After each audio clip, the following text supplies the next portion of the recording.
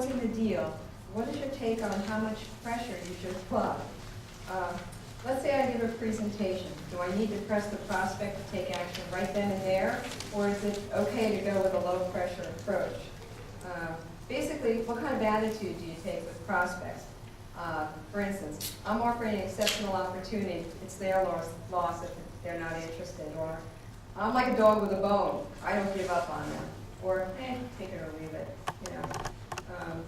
John, you want to tackle this one? Thank you for letting me go first. I pretty much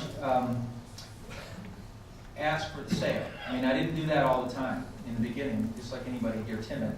And I don't ask, you know, everybody seems to me that I start to work with wants to know, well, about the close. How do I close? When do I use, you know, how do I ask for the close? And whenever if I'm giving a business presentation to somebody, I always say, so what do you think?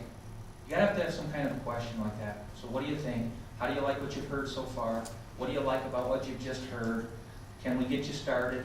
Are you interested? Anything like that to get them over it. Now, if they say yes, obviously we go right into it.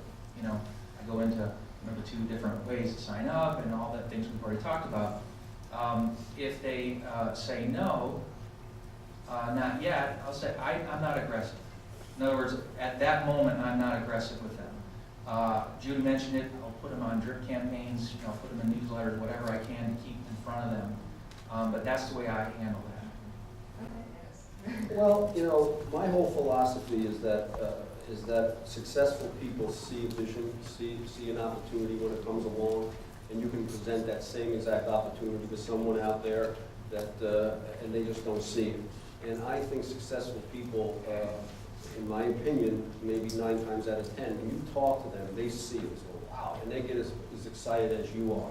So the thing is, I really, you know, after I do a presentation to someone or I'm talking to someone on the phone and they say, well, at this point I'm not really interested. I say, well, is it just that you're not interested now, or the timing's not right? Yeah, maybe the time. Then I'll follow up. Or no, I'm not interested. This isn't for me.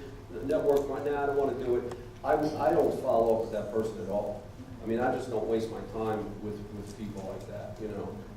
So, because no matter what you do, it's like Judy said, and right from the start with Judy, I said, never talk anybody into this business, because if this person all of a sudden says no, and I said, well, listen, what about this, and what about the guy just wants to sign up to shut you up? You're going to be talking to that person next week, you know, talking them into the business next week, next month, next year, and you're just going to get more depressed every single week because the person's not going to do anything anyway. Let me just throw back something in there and agree with Dennis that you know, the major goal is not to put a notch in your belt, I signed you up. You know, the major goal is I'm going to be building the relationship. I'm going to be working with you. So if you can't sense that that relationship's going to exist, and that's a clear indication, then there's no point.